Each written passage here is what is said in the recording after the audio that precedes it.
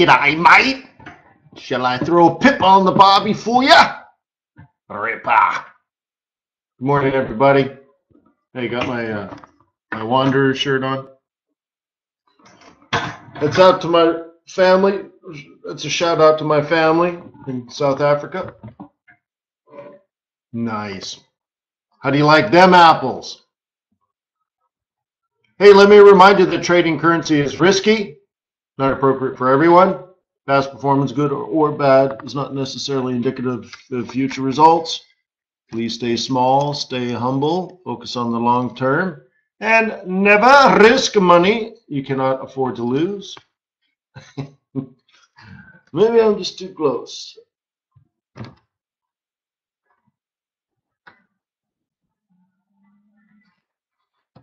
Yeah, it's a good club. Ryan took over the place. They're like, uh-oh, here comes Ryan. All the staff would hide. Here he comes. So past performance, good or bad, is not necessarily indicative of future results. Stay small, stay humble, focus on the long term, and never risk money you cannot afford to lose. It's weird. I feel like sitting forward today. My name is Wayne McDonell. I am the Chief FX Market Strategist for this lovely boutique Forex trading brokerage firm called TradersWay.com. It's like a safe haven. It's like a sanctuary for global Forex traders. And it's my job, so to speak, no, I'll take it back. It's my privilege. It's my absolute privilege every day to be here for you, to do our darndest as a community, you and I participating to help you improve as a currency trader. Hopefully, so that you can thrive and start trading other people's money and get big and beautiful and all these different things. Yeah, it is pretty casual today. I apologize. Got the hat on. It kind of matches, but it kind of doesn't. The hat's from Ferrari World in Abu Dhabi. I think it says somewhere.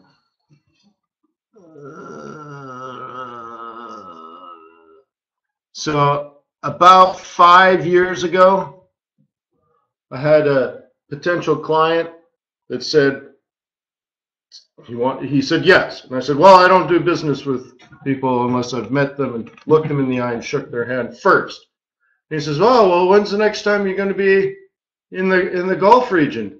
I said, well, I can be there tomorrow, but I have to leave now. So I was there. We had lunch, and then I flew home. Anyways, whatever.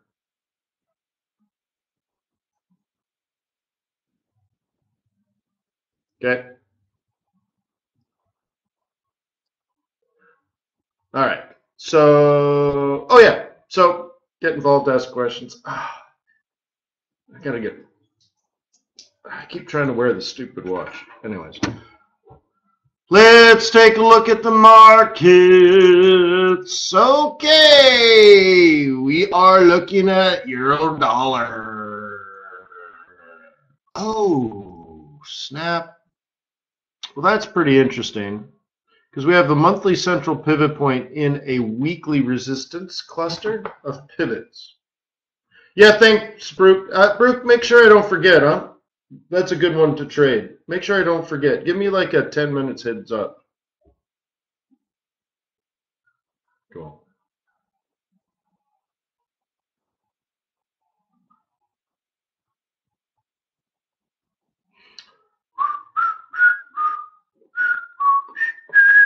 So anyways, look, predictable resistance, don't you stink? So the red area is the predicted top for this week. Not last week, not next week, this week.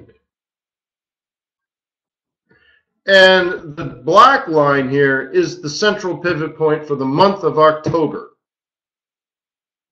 And it's pretty gosh darn near the aggressive target for the month, which is the R2. This is the aggressive target. Okay?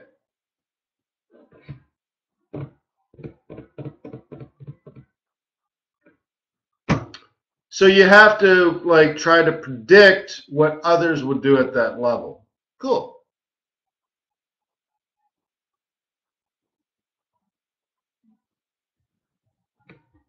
Okay. Now Chuckarama scalped off of that to the downside. Okay. Yeah, that's cool. Not necessary, but certainly probable if the obvious took place, right? So you just, as long as you got some level of comfort that it's actually happening, then that's cool. With that, we call this a step down or a snap back. Okay, and that's back to the 200 EMA. Then I'd say when you're at the 200 EMA, you don't know what's going to happen because it's a target, it's not an entry. And look at this behavior. So if you had witnessed something like this 1,000 times, you may notice something similar, as I did. Because remember, you know, the stuff I put in my book is just my personal observations. And so I notice that it tends to snap back to the 200, hit fair market value, and then move sideways. Huh.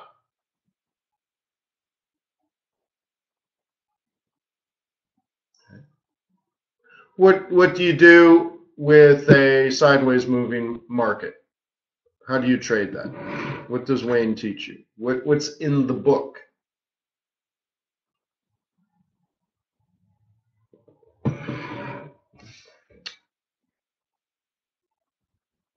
Stochastics, yeah, you could. That means you're trading both ways, which is something you can do. I don't like doing that, but yeah, you could. But there's a better answer.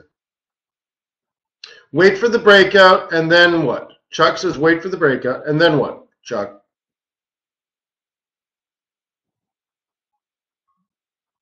Yeah, and Ryan's got it. Ryan's ahead of Chuck on this one. Let it break out, let it retrace, back to the reversal, and then trade it. So something like breakout,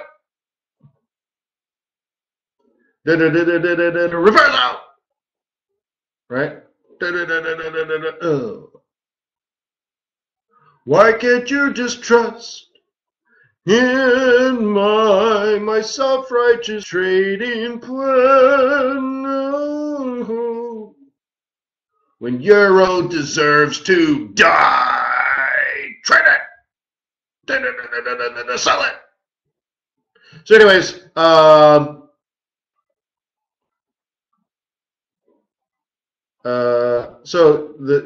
so anyways, it's cool, right? It's cool. You don't know it's going to do it, and maybe it's not that predictable, and it is a counter trend trade, and you know, it's all mediocrity around, but it is tradable. It's a little bit aggressive for me, but you could.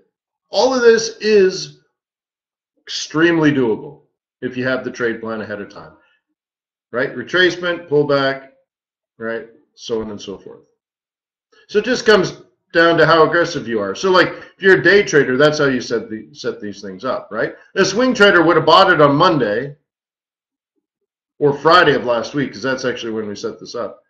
Bought it on Friday or Monday and would have just been done, and then took profit on the Thursday, and you're done. Done. What'd you do this week?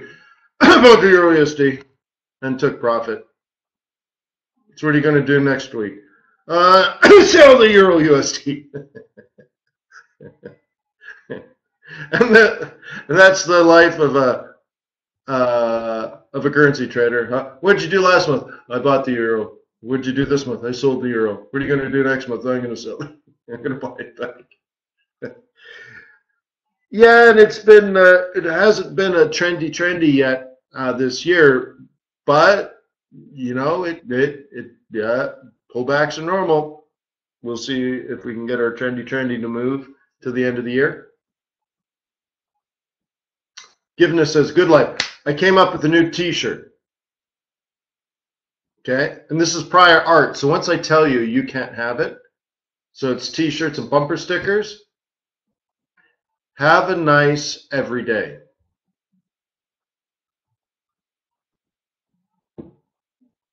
It's not too bad. I kind of like it.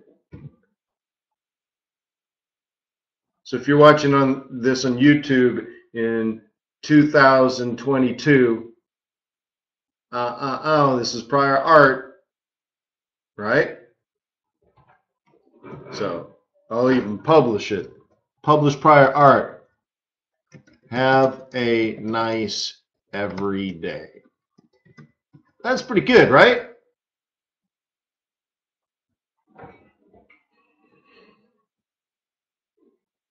That should be on the back of your Bentley.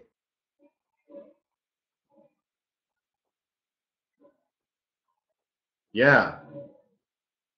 And then in really small prints, just joking, go F yourself. Take your 2007 Prius and get out of the way. I got my 2-ton truck. Yeah, Robert, I got the prior art. I can sue you now because I told you. Boom, and it's published. Public information now. Prior art, it's mine. Even if you can go and patent. I got the prior art. I can challenge your patent. It's mine. So, anyways, the things you got to do. Okay. So, nice little move. Cool. Is it a must type trade? Is it something you should have done? No, that is not something you should have done. But it's certainly something that you could have done and it would have been fine.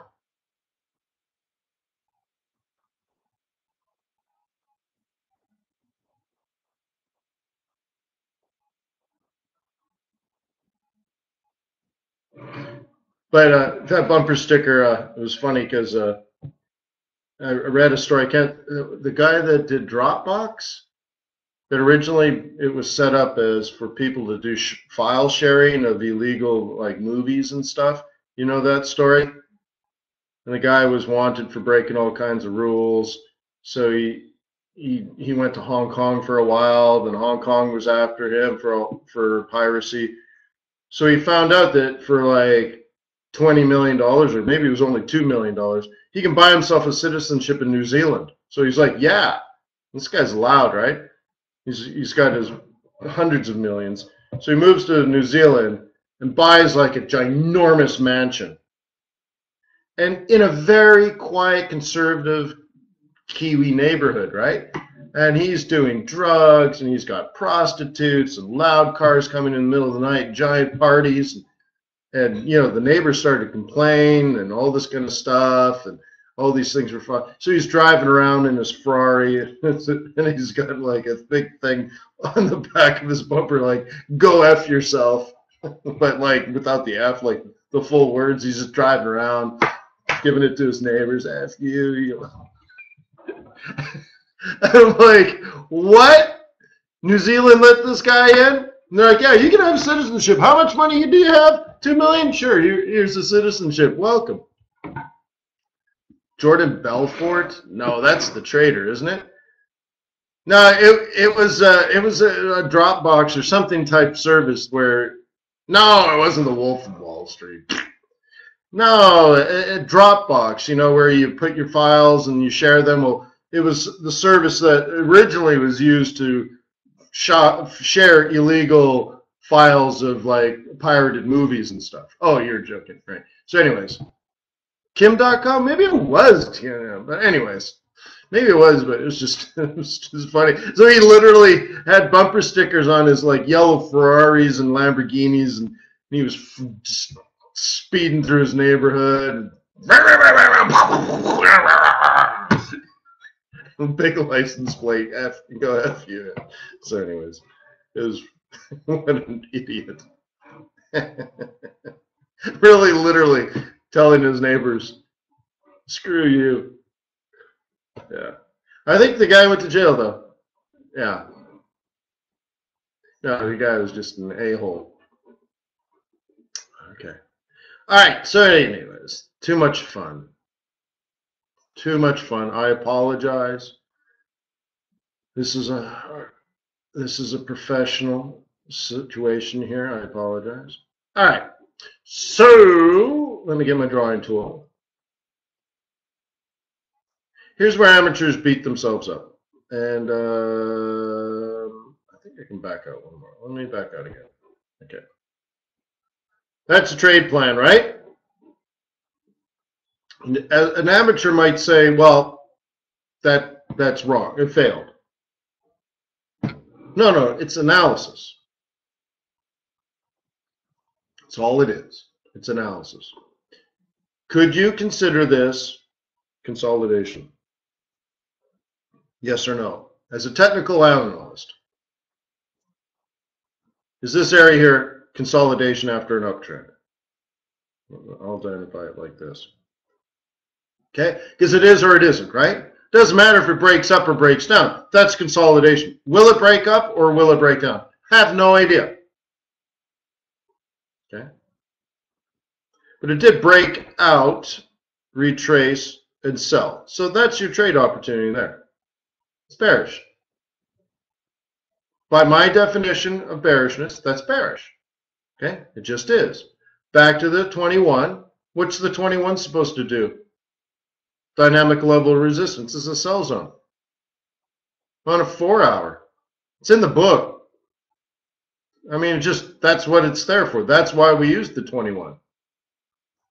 Right? And in fact, right out of the book, it says wait for the 21.55 to cross, and then wait for the pullback and take the next 5A cross. That's like straight up Wayne McDonell 101.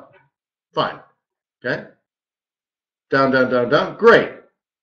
What could you do now? Well, if you're still a bear, you want to look at old levels of support, and it may become resistance in the future. It may not. Don't know. It could. It might. And if it did, that just happened to be a weekly M3. So if it did, I mean, it might. It could. So if it did, it would head down, and using pivot point theory on a weekly and monthly basis, that would be the target. It's not wrong. That is all correct. Did the market do it? Well, that's not about market doing it or not. It's sort of the probability or the validity of your trade plan. That's a solid trade plan. Didn't work. Market disagreed. It snapped back. It did something. It's just that. It's a good loss. Maybe never even got an entry. But look what the bulls did. If you were a bull, because that's all I have asked you to do, either be a bull or a bear. That's all there is. So if you were a bull, is this monthly M2 weekly central, is that a buy zone? Well, yeah, because on Monday morning we already covered if you were a bull, this is the buy. That is by definition WM2. That is by definition the weekly buy. Okay, this is a great retest and off to go. Does that mean this is going to go up? No. What it means is if you're a bull, this is the buy zone. And then later, if you're a bull, this is also the buy zone. That's just pivot point theory. Once again, not opinion. It's not sort of predictive. You either were a bull buying with a weekly swing trading strategy, or you were not a bull using a swing trading strategy. That's just swing trading course stuff.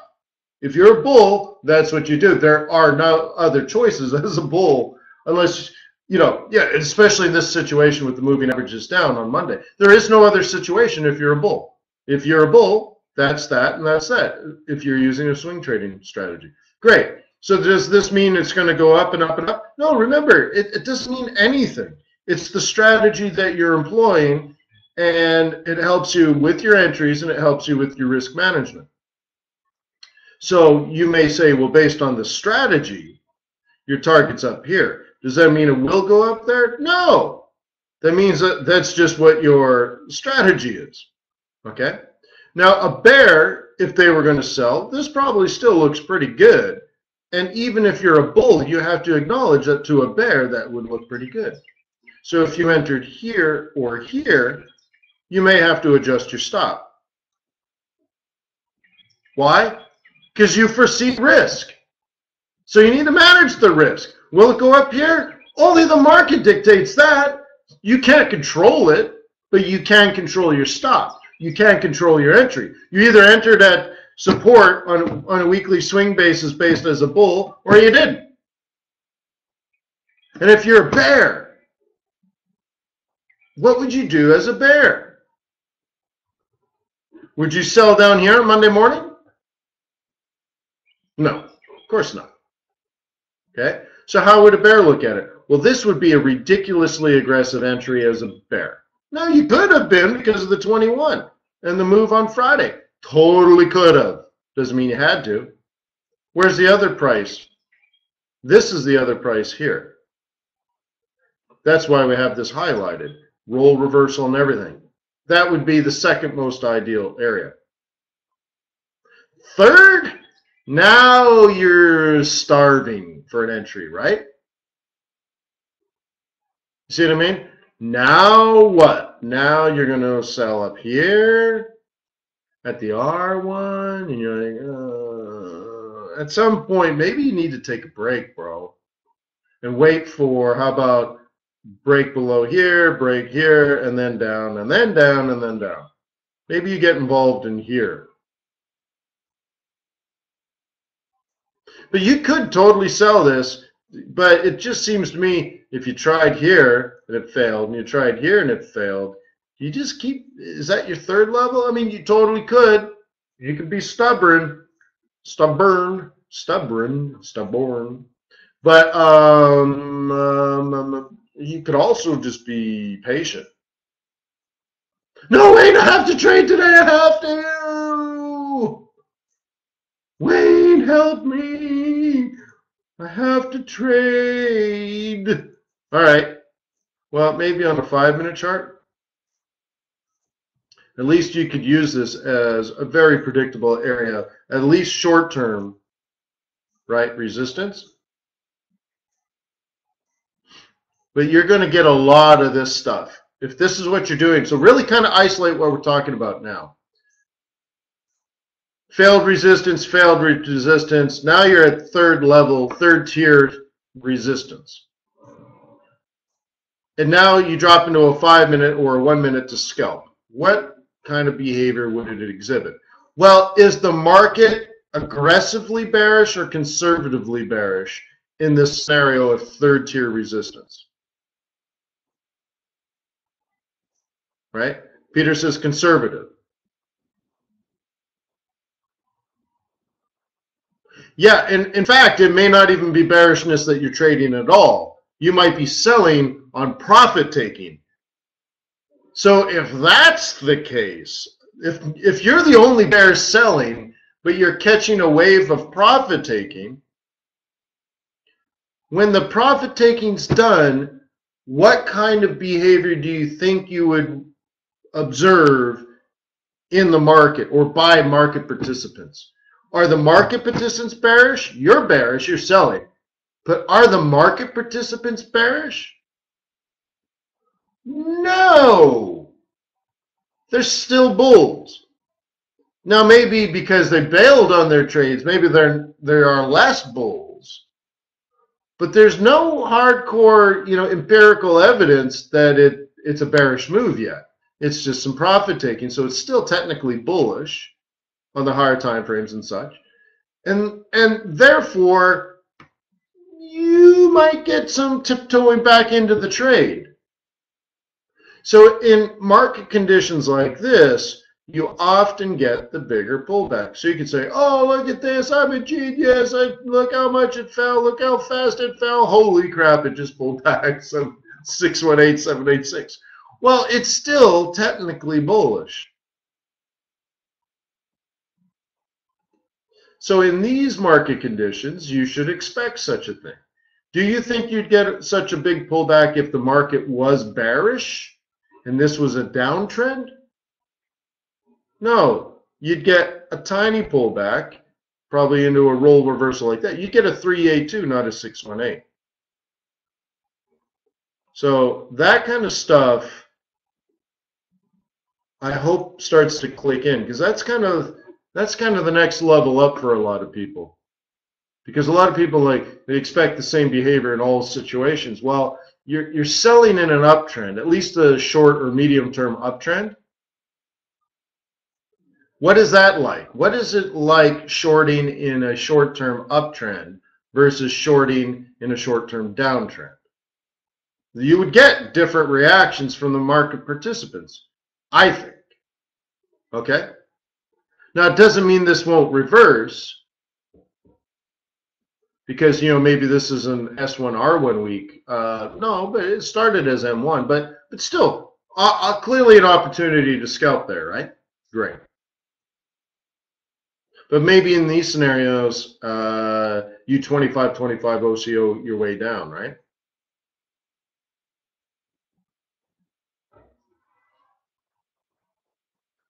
And that's how I like to scalp, to be honest with you. I like to go sell and then walk away and do something for 45 minutes. I hate sitting for, have you ever like scalped and stared for 45 minutes and you're like, it's not really working out. And all of a sudden you're like, did another 45 minutes go by? You're like, I haven't done jack for the last hour and a half.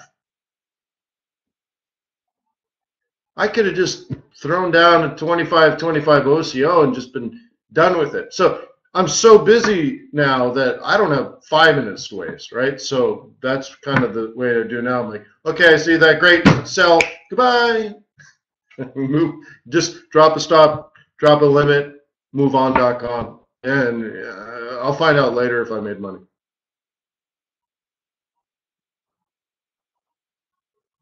At the monthly, if you look to sell, what time frame would you look for a double roll? Well, again, that's very subjective, but would you need at least something like this at a bare minimum?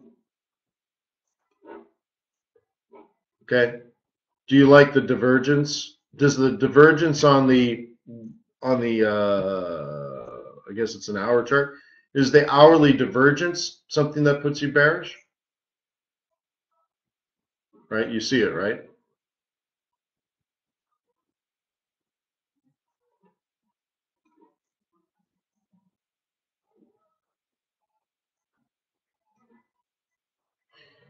So maybe this makes you feel like this. So what would that look like on a 4-hour, right? So this is how you start doing multiple time frame. What will need to occur on a 4-hour if you're going to get a long-term drop? Well, first of all, it should be overbought with underlying divergence. Okay. So then you're expecting this over the course of the next few days, right? So therefore, your trade plan is probably something like this.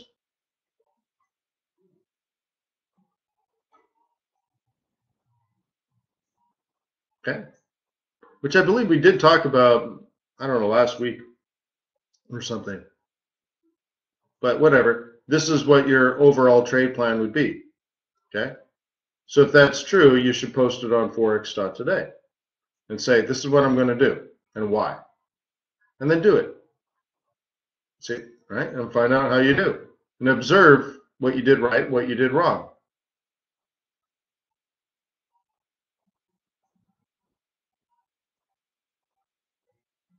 Okay?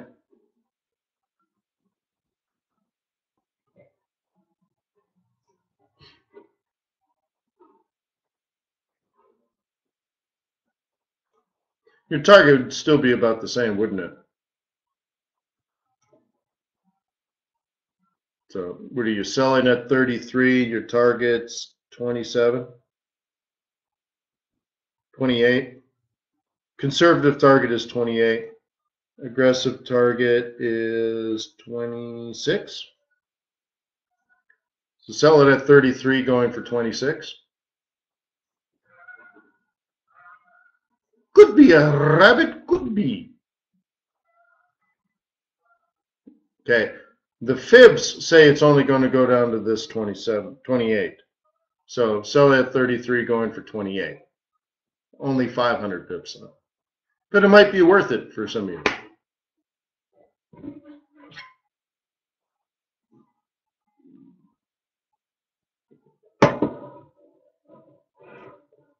Goodness is still very risky. Sure.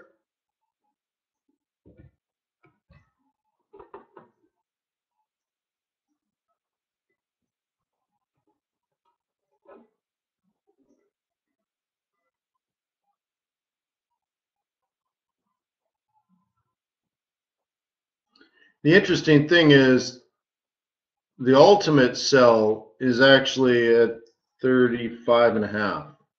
It's the projected weekly high, which I don't think we're going to get to today, obviously. But if we were up there, that would have been the perfect drop because of profit taking moving into the long-term swing, but too much to ask. So clearly bears are going to use that central pivot.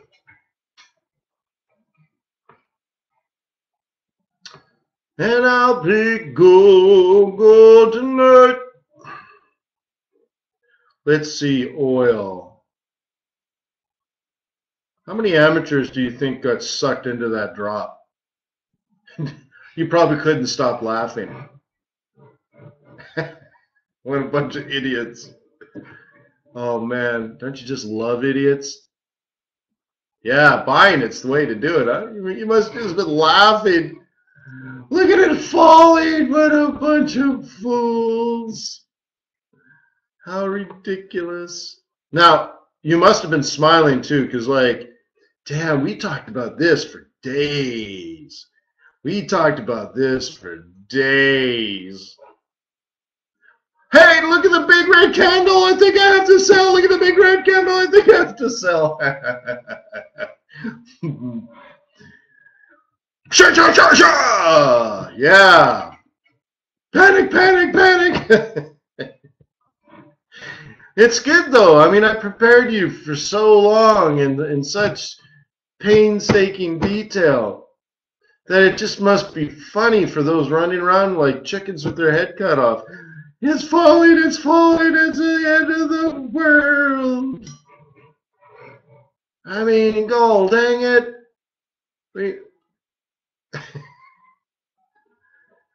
It's just funny after a while. Because you might see your old self. You're like, wow, these guys are not on the clue train at all. Right? I mean, you remember drawing the channel line, right? I'm like, this is like kind of like the keep you honest line. We're drawing it only to show that it's broken out so you can expect a retracement. It's made a higher high. You want to look at the old role reversals and look, there's two pivots and I mean, holy smokes. Maybe we even talked about the oscillator on this one. I don't know, but I mean, look where we're going, for crying out loud. So anyways, so if you were watching this, that's a 4-hour, by the way. If you're watching this on a 15-minute drop chart, it was redonkulous. Slice and dice amateur hour, and somebody got destroyed. Too bad for them. Time to buy a nicer watch. Thank you, everyone with no trade plan.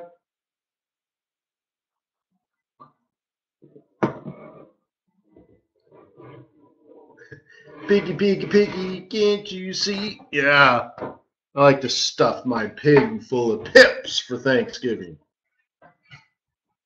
So, there you go. Oh, speaking about food, greatest invention ever I found at the store last night. It's sausages made out of bacon, eggs, and hash browns. So now you can have your full breakfast in your sausage. So I bought some. I'm like, genius. Genius, genius. You just cook some sausages. Hey, would you like some bacon, eggs, and scrambled eggs? Yeah, I'll have 2. All right. On a roll. It's like it's a breakfast burrito. Yeah, throw in some salsa.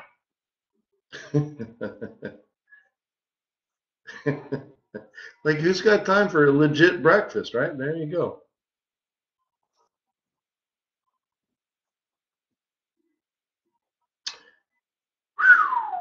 I am starving now. Thank you. So anyways, I mean, there's so much satisfaction to have just tore this chart up over the last, what, month and a half, 2 months? Did we start doing this back in, it was this one, right? Yeah, mid-August. I think even beginning of August, you expected the pullback. And where was it here? End of August, it was the 46, yeah. So it was in here, we thought it'd come back to 45 and then go up to 55. It came down to 46. But anyways, then the higher high, and then the higher low, and then maybe another higher high. And I mean, we just, every day, right? Every day for weeks, months. We have the same plan, the same strategy. We go over and over. Don't freak out. It's pulling back. It should pull back. This is the areas where it will pull back. Identify supports. Get ready for the reentry. Here's different ways to measure it. Once it creates a breakout, then do a pullback. Blah blah blah blah blah blah blah blah blah blah blah blah blah blah. Boom. Dun dun dun dun dun dun dun dun dun dun dun. Money. So anyways, cool. I just love it. I just love it because that's what trading is. That's what trading is like, right? It's just that's what it's like, and so it always feel good to see that. Hang on.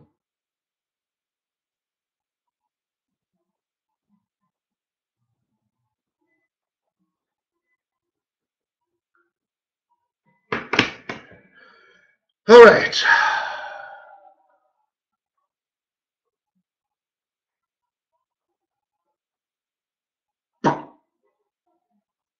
Got homework to do today too. You're Aussie.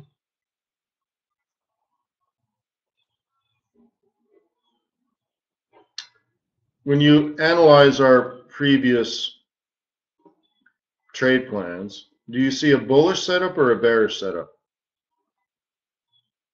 And this is just, this should be a test question. What was the trader thinking, up or down?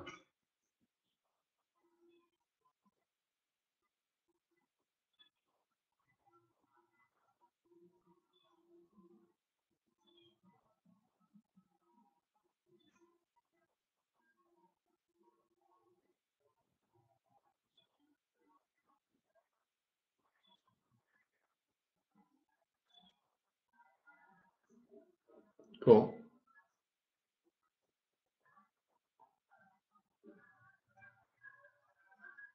Now what?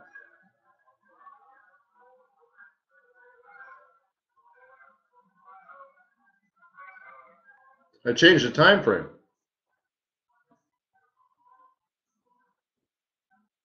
Now what? Is the market bullish or bearish? That's why you got to have your right lines. And you're like, well, Wayne, how could it be bullish and bearish?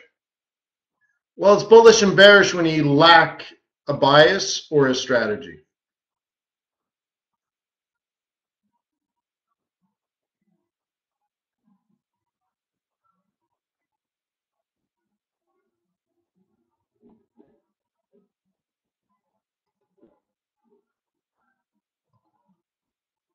So what do you want to do? I showed you several days ago, so now we're on a 4-hour. I showed you several days ago that we've been triple bottoming on a 618 Fibonacci retracement monthly M2. or M2, M2, yeah, M2, right? Can you confirm that? That we for days and days and days and days and days and days and days, this has been sitting on top of a 618 monthly M2.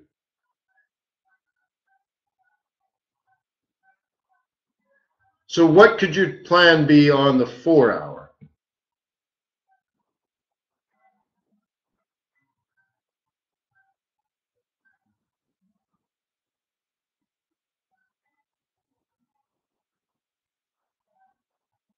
Now Dan says 21 is below the 55. Yes, but this is where you got to then get to the next level of your trading and be intuitive and not mechanical. 21 is below the 55, so you can be a bear if you want. But you have to say, if you're a bull, where are the buy zones? Where would the bulls challenge this bearishness?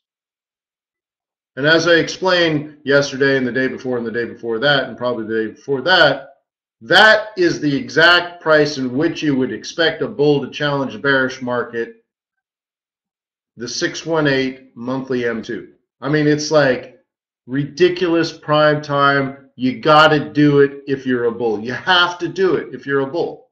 There is no other place. Down here, 786 S1 sucks. You might do it anyways, but to a bull, that sucks. You got to do it here, because if this goes long here, it's payday. Plus, it's October. Who the heck is thinking down in October? Is that, you know, correct me if I'm wrong, but in July and June and May and April, in March and February, in January and December, I said it would be going up in October.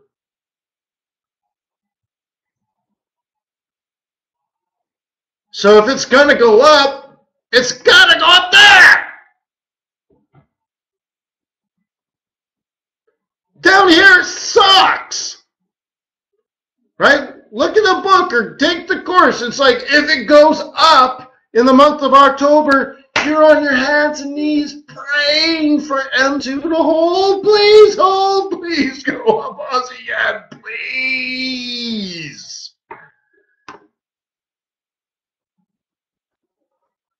Boom! Snap!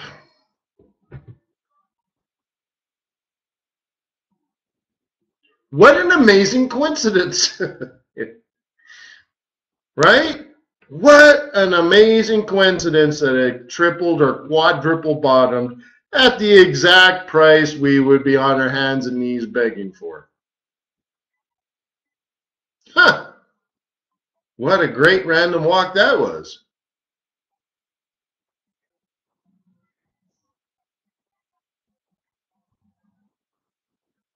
Wake up in the morning looking for a higher high to trade.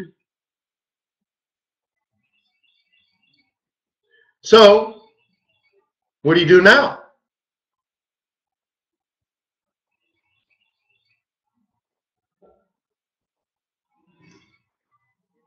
Yeah, don't be surprised if it drops all the way back. It might. It may not. But now that we have a higher high, you have to make a solid decision. No wimpiness here, right? Yeah, you either have this as game on going north or you don't. Oh, well, it might just come down here and ha ha ha. Not if you've made a decision. If it does, it just knocks you out. But you got to put money on the line, son. Or girlfriend. Girlfriend. Right? So you're either long or you're not long. So your plans, if you're a bull now, all look like this or derivatives of that. And you will keep doing that until you get knocked out. So if it comes down here, you're going to like curse and kick things. You would have lost some money, probably not a lot of money, and you probably manage, you manage all these individually anyway, so it shouldn't matter. But if it gets down here, this is where you cry and you say, October 2017 sucked. I was hoping for so much more.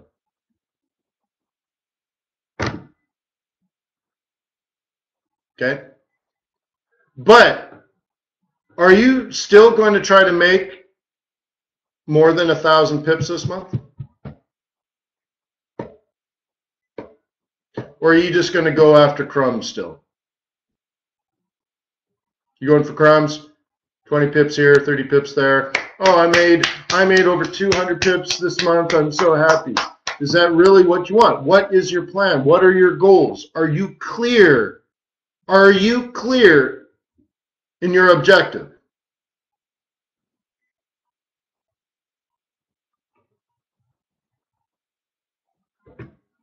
Because that determines how you manage your trade. You're up 40, 50 pips. What do you do? You're up 200 pips. What do you do? You're up 100 pips. What do you do? You're down 50 pips. What do you do?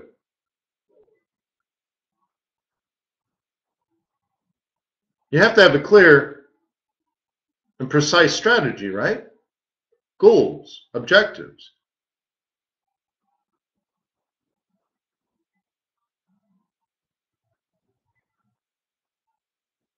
Right? If you're using military strategy, what do you want to do?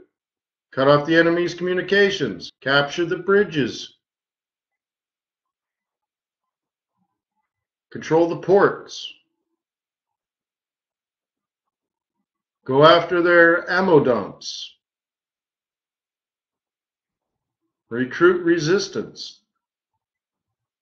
I mean, you got to have very clear, concise. You can't just run around shooting guns. Thank you, Brooke. Right? So, what is your overall objective for the month?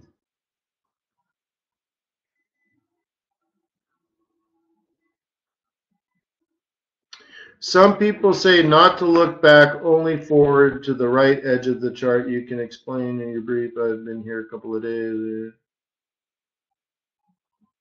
Yes. So, for example, Dan, whoever says not to look back, stop listening to them, in my humble opinion. Because technical analysis is all backward, which is fine. Now, let's say not to just jump all over the other advice, I don't use monthly charts, for example. I don't use annual pivot points, for example, because they're so far back looking that they do not incorporate fundamental analysis. How could they? So I start with forward guidance first and foremost, and that is through my fundamental analysis of macroeconomic data. And that helps me determine central banking policy and change in central banking policy in economies around the world, which helps me then shift the supply and demand curves of global money flow and determine which economies will receive money, which one will be spending money. And that helps me create a bias for the major currencies of the world. Technical analysis is backward looking because it's using prior data to predict future patterns. Fine. But I've already made a decision whether I want to buy or sell various currencies, and I use technical analysis to determine prices in which I may consider buying and selling. Okay? So areas of support and resistance, important. Overbought and oversold conditions, important. Price action scenarios, important. Okay? But I'm not all backward, and I don't want to go too far back. And I start on higher time frames and fundamental analysis, both of which are predictive. Okay? Strategy first, then tactics. Okay? Now, for someone that is only the right side of the chart, as you say, sounds to me like it's probably scalping, and which is fine. That's a style or methodology of trading, which is great. You can make a lot of money doing that. I spent an entire year trading the 1 minute chart, so I know it can be done. But I also identified after working that hard at scalping that it's hard work. And also, you never, ever, ever get filthy, stinking rich. So it's as hard as digging ditches, and it pays as well as digging ditches. And the only way to make money that way, right? The only way to make money that way, to be only short-term and only forward guidance, is that you increase your lot size per trade, and that is a failed methodology right off the bat. Wow, this hat is that new, huh? Look at that. So yeah. So what you want, if I may, Dan, what you want is a healthy balance of fundamental technical analysis, a healthy balance of long-term and short-term analysis. Okay. And be well-rounded. Have some scalping. I'm not against scalping. I like scalping. Have some spot trading. Have some swing trading. Have some position trading. Build some portfolios. All of these things are good things. And the more money you have, the more you're going to be required to have different strategies, because it reduces your overall volatility in your portfolio. Yeah. How much time we got? 4 minutes.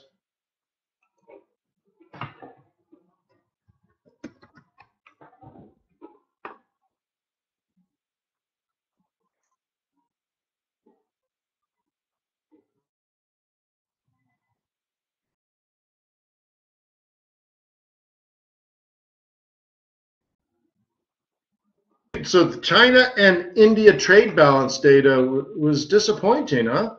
That's not a good sign for global macroeconomics. And again, we're inside 5 minutes, down 5 minutes to this key swath of U.S. economic data, the CPI, real average hourly earnings and weekly earnings, and the retail sales figures all set for release here in 5 minutes' time.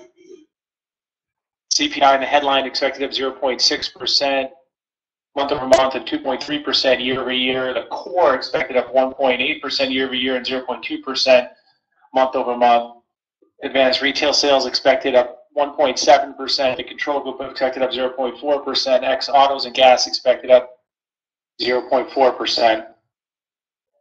It's worth pointing out that September was the month that we saw major hurricanes affect large portions of the U.S. economy, so we'll likely see the effects of those hurricanes on the data as we did with the payrolls data last week. You may recall that gasoline prices did spike on Hurricane Harvey due to the outages at refineries along the Gulf Coast. It could result in some wider discrepancies between the core and the headline readings. Nevertheless, markets will be dissecting the data closely when it comes out at the bottom of the hour in just about 3 minutes' time.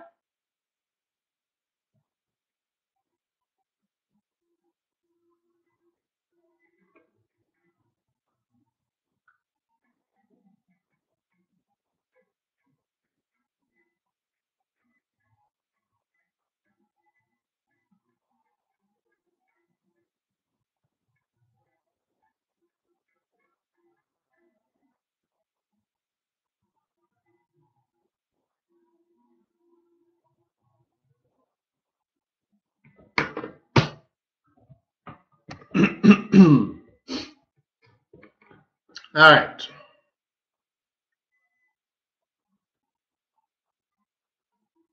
Can you see the old USD CAD analysis? This is the role reversal for selling.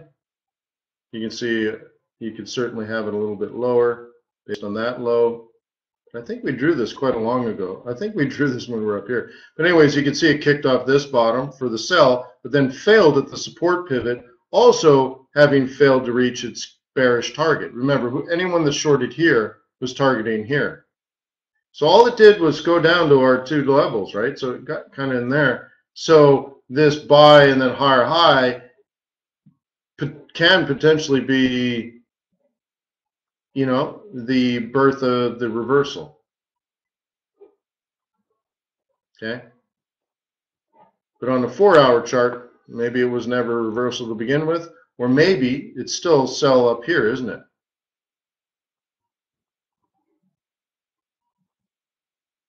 Right? We have this lined up still. 1 minute to the CPI, retail sales, and average hourly earnings data. See? We'll lead off with the CPI figures, both lead off with the headline and then do the core.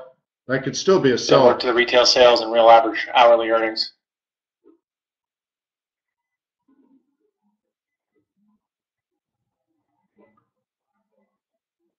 Now we'll go here.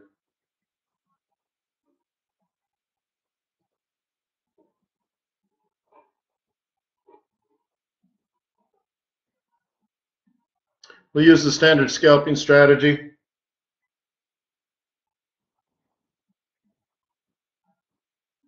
In 20 seconds to the CPI. Expect to have 0.6% month over month and 2.3% year over year on the headline, and 0.2% on the core, and 1.8% year over year. Maybe it has more to do with the dollar than the CAD, US dollar versus Canadian dollar, Brooke.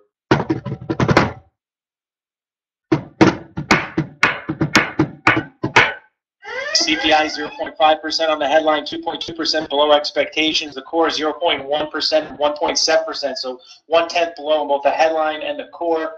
Average hourly earnings 0.7%. Weekly basis 0.6%. Retail sales 1.6%, 1/10 below. The control group at 0.4% in line. X autos and gas 0.5%, 1/10 higher. We did see a back month revision higher for retail sales to 0.1% in the X auto and gas and 0.5% on the X autos line. You gotta decide if you're gonna do it or not. Retail sales on the headline was also revised higher for the month to minus 0.1% from minus 0.2%. Just to recap, the CPI numbers coming in 1/10 below expectations on both the core and the headline. And retail sales on the headline was 1/10 below expectations.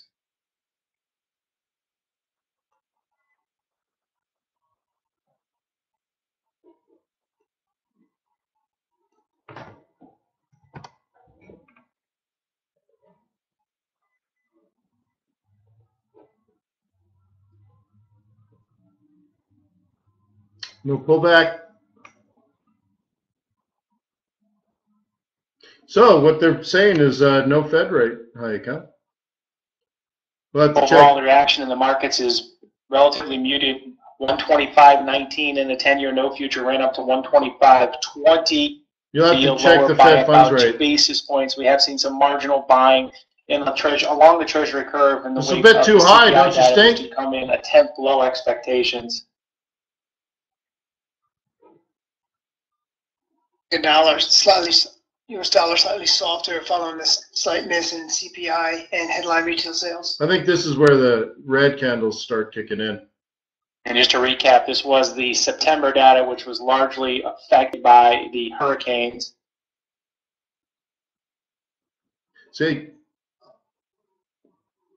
See, I've learned over the years that Just even though that's a sell, I wouldn't take Susan it. Collins of Maine saying that she intends to remain in the U.S. Senate. There had been some scuttlebutt that today she would likely announce a run for the governorship. But you're in the Senate. Why would you want to be a governor? How ridiculous.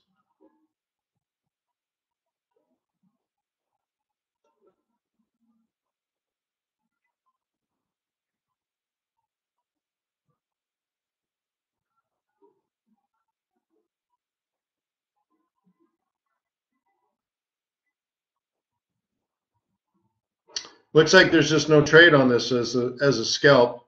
Yeah, it's just going to the next level. That's why I don't. All right, so may not be a scalp. I'm not going to buy it high. I'm not going to sell it on a rally. This might not have one. There may not be an entry on this pair. So we might have to check the Fed watch and see how it's on the Dece, right? So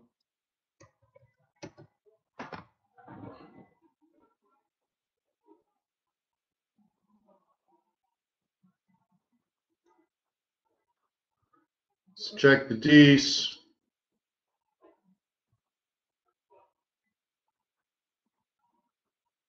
Buying along the bond treasury curve continues. The long bond up now half a point. The 10-year up 11 ticks. The 10-year spread below 79 basis points. So the curve has flattened considerably following the release of the more than expected CPI figures.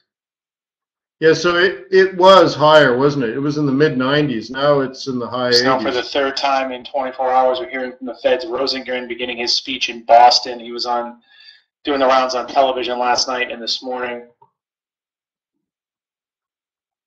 saying that rates are likely to hit zero again in future recessions, and that monetary policy rules can be a useful benchmark.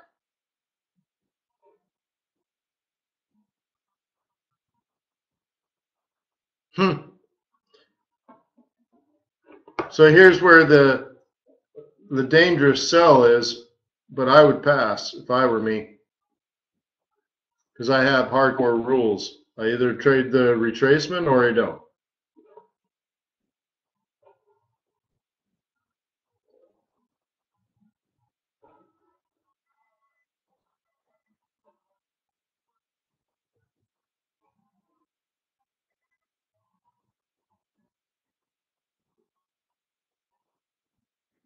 Check the yen. In Spain, going to be selling 2027 bonds and 2046 bonds on October 19th for Spain.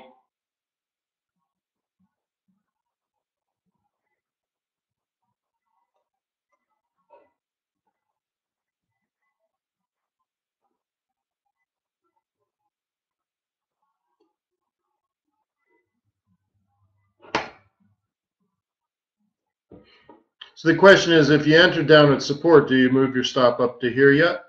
Or do you just move it to break even? I mean, I was thinking how this morning where you could just, if you could stay in your yens, maybe you stay in forever.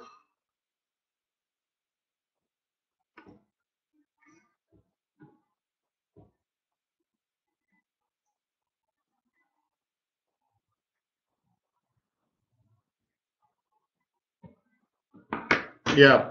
And Chick says S&P 500 new high, but how long have I been trying to teach people that there's no reason for the stock market to fall just based on, I mean, the market, basically, you know? Right? That, you know, a lot of people are freaking out, all-time highs, and it's all going to fall, and the Fed's raising interest rates, the market has to crash. And it's just like, what are you talking about? But it's like somebody read a book on trading written by a 5-year-old. Fed interest rates going up, market has to fall. Everybody knows that. Well, everybody's wrong. At least 95% of them. So anyways, this is going up. That's amazingly lucky since we have it going up.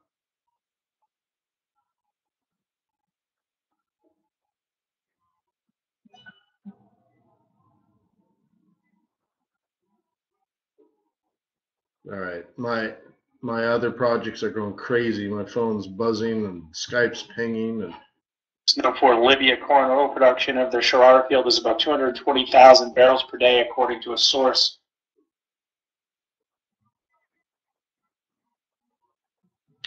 cool.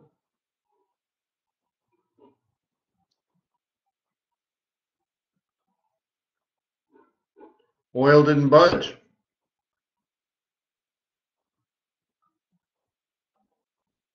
Commodity currencies are enjoying it. I still want to drag this across for future reference. Okay.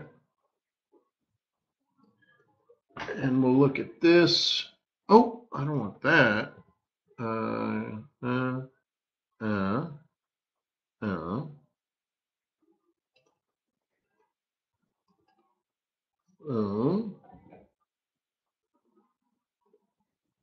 So you tell me if the M3 holds,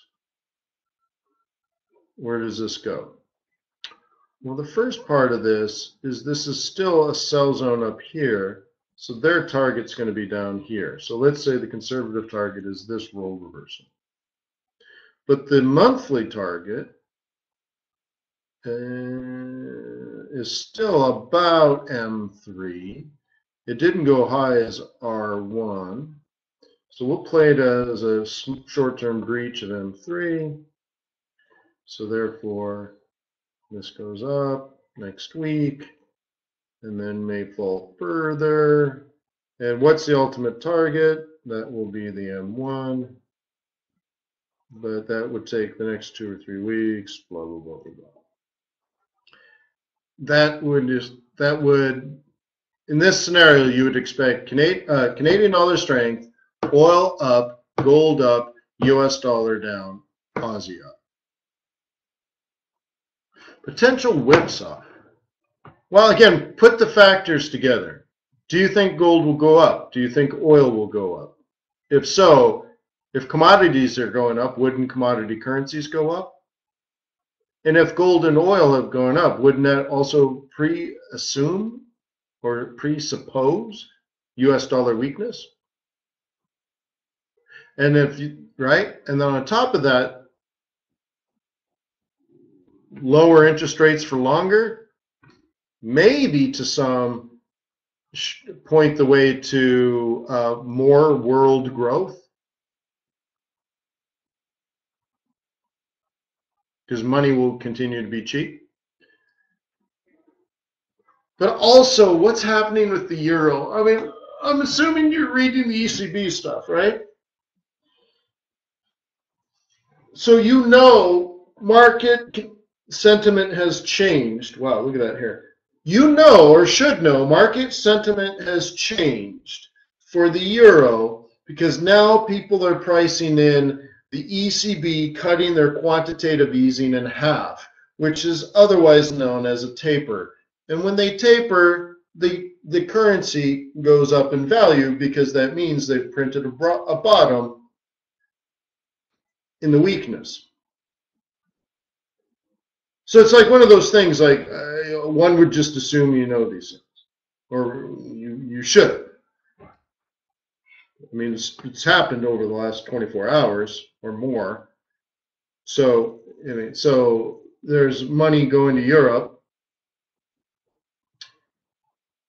and now the Fed the likelihood of a December interest rate hike has gone from about 94 down to about 88. Which is not dollar positive. So, I don't know. What's up, Kenny? Where you been, sweetie?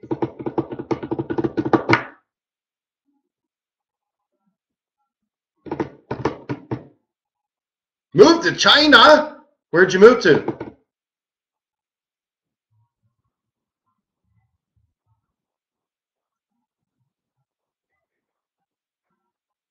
Guangzhou?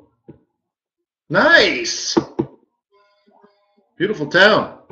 Yeah. Can you see the Pearl River?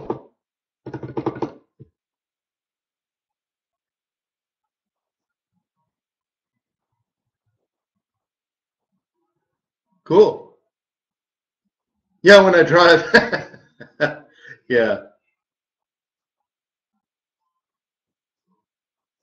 Yeah, Shenzhen's nice too. Go to the Ritz-Carlton in Shenzhen. Amazing service. Yeah, Daniel and I were in Guangzhou.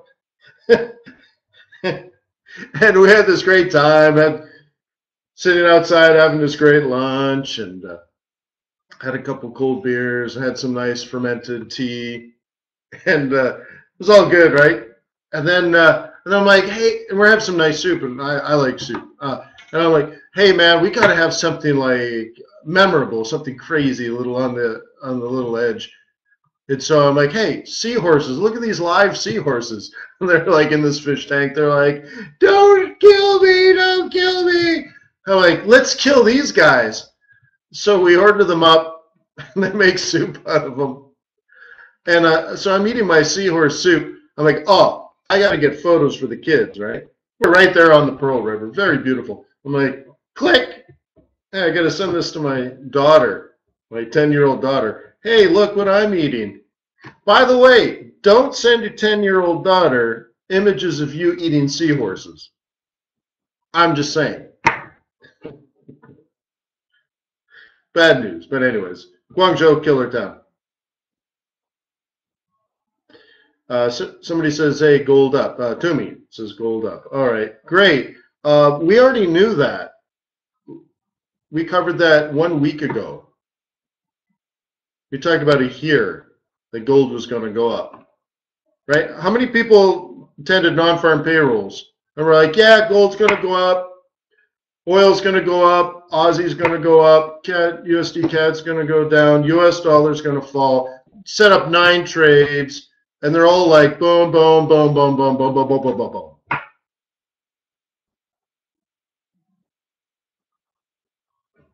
But isn't that our job? I mean, like, it's, so what?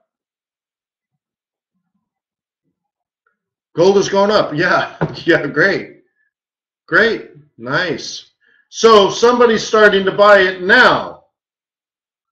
Where were they a week ago? So, anyways.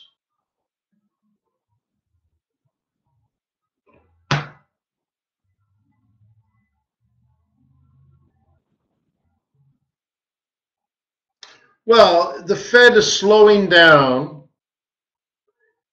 its trajectory for rate hikes.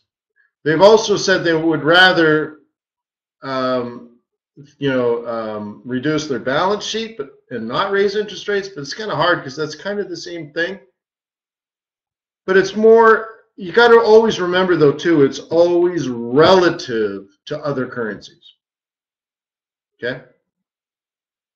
So let me give you an example. Fed not raising interest rates, Bank of England not raising interest rates. Which one is more attractive to you? Comments from the second straight day, Treasury Secretary Mnuchin just reiterating that the number one priority.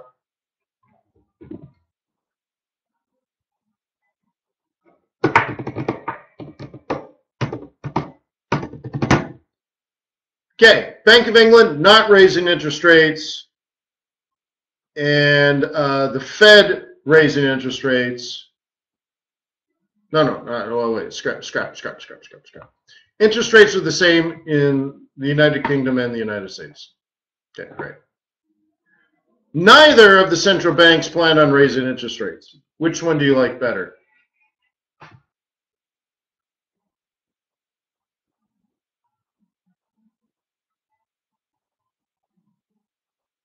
See, if you think of absolute terms, in comparative terms, there's no difference. In absolute terms, there's no difference. What if the Bank of England has an interest rate of 2% and the Fed has an interest rate of 1%? Which one has the absolute advantage?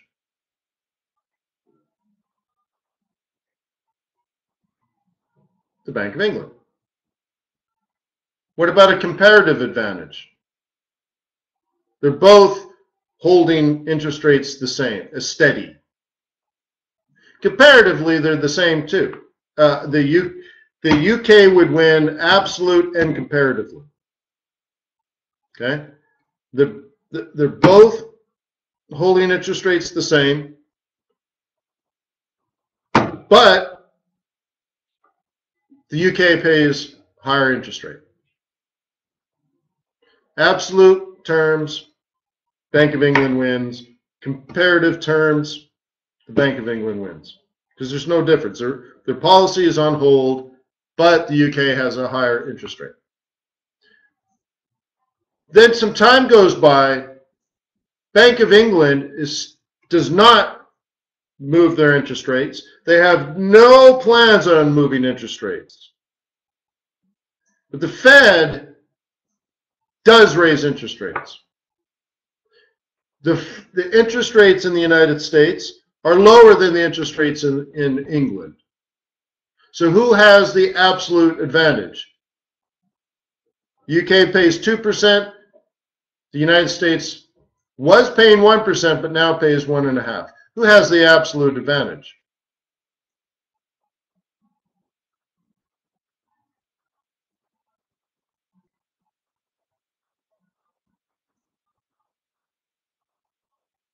The UK. Still the UK. Who has the comparative advantage?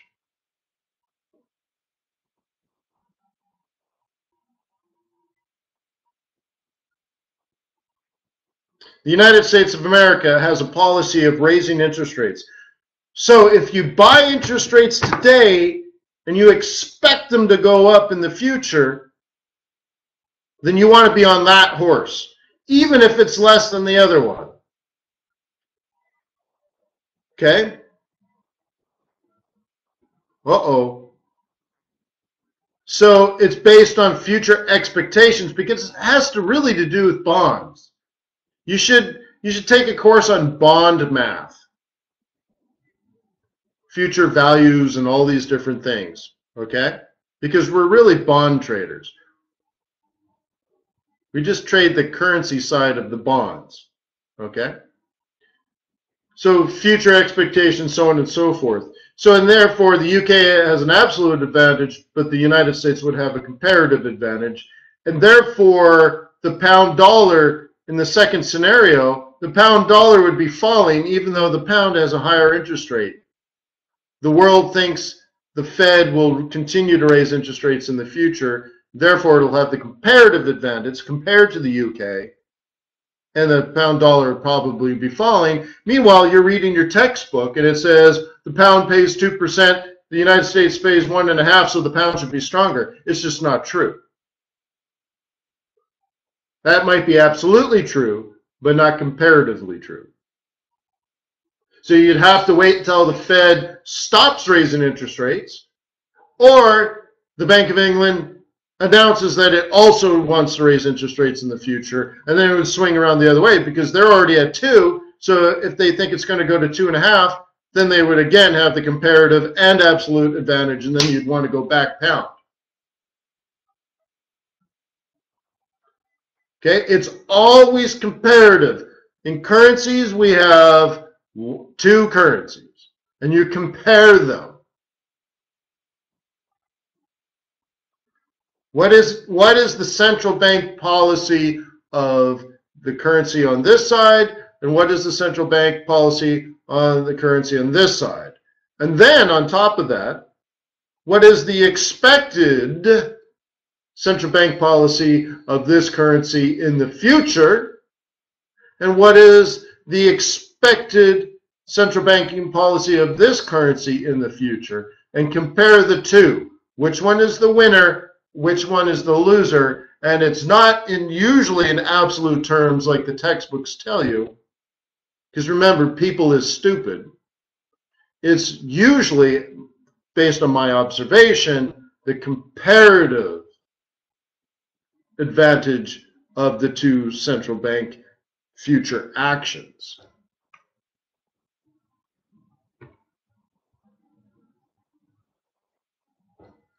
Okay, so based on all of this, and we'll wrap up here.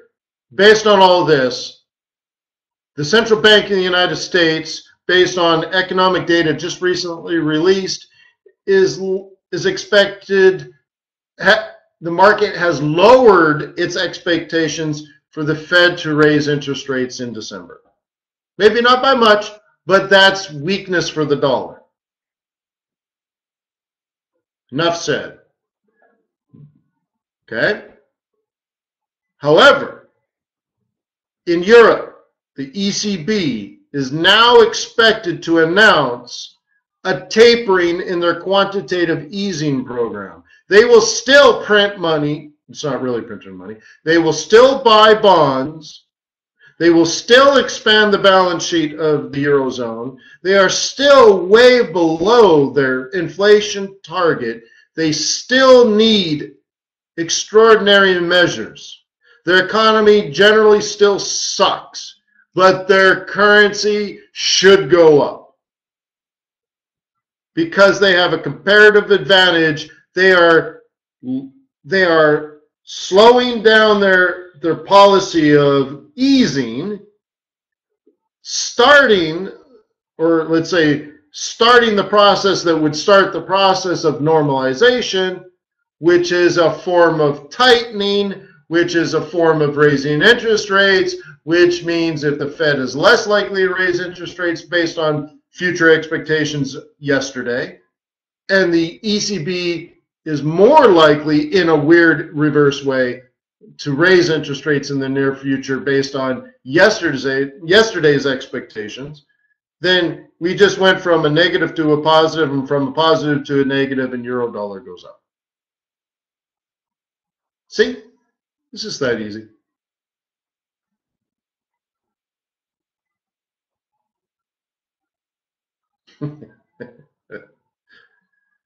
Upload today's video. Yeah, sure. Hey, I'm here every day, bro. So let me thank you for being a client of TradersWay.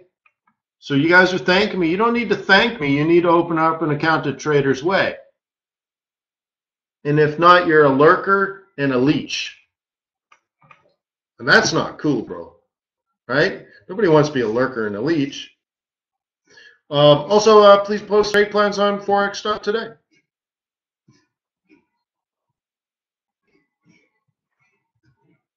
That'd be a great place to show your participation in the community. Post a trade plan and leave comments for others that do. So, hey, peace on earth. May the pips be with you. May your profits be above average. And may you have a nice every day.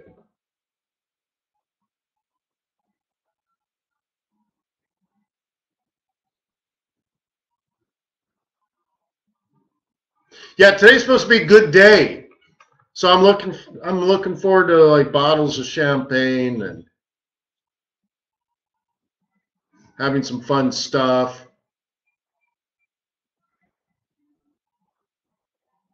Right? Time to open the champagne. Nice. So, anyways, yeah. Then I got to do my homework.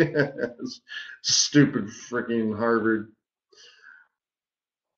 He's got time for this crap. But yeah, I got to do it. I'm telling you. So I'm studying trade, terms of trade.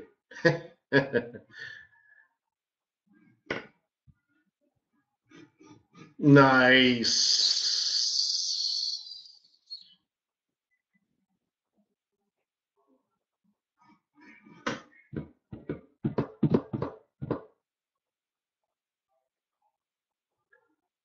You know, I don't have enough time, bro. I mean, that's what it is. I don't have enough time. I'm like, oh my God.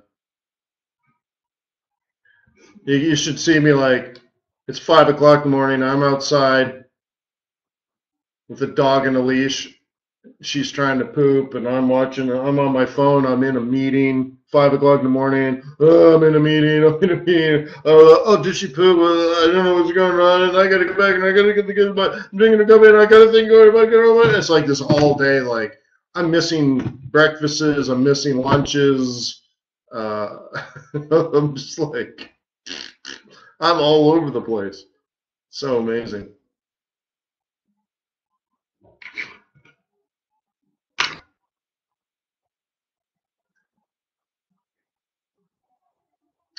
Knowing what I know now, would I have started what? Robert says at some point you will be teaching. Oh yeah, no. I know that. Oh, look, I don't need to go to Harvard, but like really, like if Harvard said, "Hey, Mike, we'd like you to study here and contribute to our community," and you're like, "No, I got better offers. I think I'm going to hold out." Right? Like, like, I don't know. I love that part. I mean, it's hard, but it keeps me sharp, right? If I didn't do things like go to Harvard for a graduate degree I don't need, then one day I'll hit 50 or 60 or 70, whatever it'll be. I'll look back and I still dress like the 1980s, right? I still dress like Jerry Seinfeld. I'm like, well, that's how I dressed in the 90s, right? I haven't changed. I'm the same dude I was in college, right? No. I mean, you got to constantly drive forward, and it's always hard, and it always sucks. So I remember I was speaking to a group of maybe 200 college students that were in a leadership program, and they were from all over the world, including a whole group of girls from Bahrain, which I thought was really cool. And one of the things I asked them during my speech, I'm like, how many people here, now that you're in your early, now that you're 20, 21, 22, and you're in university, and you all want to become leaders, and you are leaders, and all that kind of stuff. But how many people want to change the world? How many people are like, really, that's how you want to define your life? You plan on changing the world? And almost everyone raised their hand, right? I'm like, so when are you going to start? Right now you're in school and you're doing some nonprofit work now, but you got to study and all that kind of stuff, and homework's heavy, and you're stretched to the max, and you don't have any business experience anyway, so you feel like it's hard to talk to a senior executive with 30 years worth of business experience, and you've never had a real job yet, right? So maybe you should wait until you graduate. But then when you graduate, you got to get a decent job. And you get in that job, and all of a sudden it's overwhelming. You got to hustle, and all that kind of stuff. And then, so maybe you'll wait and get some business experience, get that out of the way, make some money, pay some debt. Great. And then after that, what? You're going to run into someone attractive, and you want to like shack up with them, maybe spend the rest of your life with them. So all of a sudden you're like getting married, and maybe you're going to have some kids, and boom, you got a kid. You're like, whoa. So, and all of a sudden you wake up and you're 58. And you're like, you know what? I was supposed to change the world. But there was always something in the way. It was always inconvenient. And I said, excellence, right, is always inconvenient. Changing the world always requires sacrifice. And it always should start with your world. Don't worry about changing everybody's world. So do something that radically shifts the path that you're on now, and radically change your world, and that will radically change the world of the people around you, and hopefully they do the same. But it's going to take sacrifice, it's going to take discipline, it's going to take effort, and it's going to be way inconvenient. And as I'm giving this speech, I'm dressed in a uniform, a baseball uniform. So I said, you know what? Do you know why I'm dressed in a baseball uniform at this leadership event in front of all you people from all over the world? Because I had to get up at 4:30 in the morning, get all my stuff done, put on this uniform, jump in the car, drive an hour and a half to get to here, Georgia Tech University, get all the way here, be ready for the speech, give the speech, and then get my butt back in the car as fast as possible, zoom all the way back, and coach a Little League baseball game for my 5- and 6-year-olds. And my wife says, you're crazy, you can't do both. And I said, honey, I'm trying to change the world here. And excellence is inconvenient, but I can get it done. I will be there for the game. I just got to go change the world for some university students I'd never met, and then I got to get my back home so at one step at a time I can change the world for my children and the people around me. And I'll be back, and everything will be fine. True story. But it's always like that. So like, go to Harvard. It's totally inconvenient. Costs a lot of money, amazing amount of effort, and I mean, crazy, like crazy amounts of effort, crazy, ridiculous, sickening amount of effort. Some of the classes have been so hard, it's stupid, like stupid hard, ridiculous. People don't do this. The people in my cohort are freaking out because they're doing a class I did a year ago, and I'm like, yeah, that class was sickening, ridiculously difficult. So much reading, so many complex ideas, and then you got to write so many papers. I'm like, yeah, totally inconvenient. I love the class. It was awesome. But that's how you should do it. That's how Forex is. It's super, super draining, requires an amazing amount of effort. But you know what? In 10 years from now, it won't be as bad. Trust me. You'll be fine. Just work your ass off for the next 10 years to ridiculous levels where everyone else around you would have quit. And keep going. And smile. Pretend it's easy. You're like, this Forex thing only took me 10 years. That's it. Now I have a PhD in Forex. Nice. Now it's fun. And then go do something else. Change somebody's world.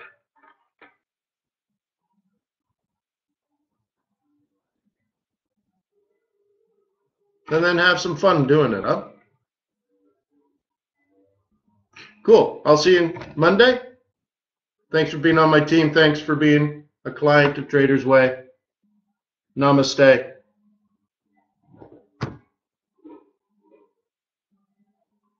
Cheers.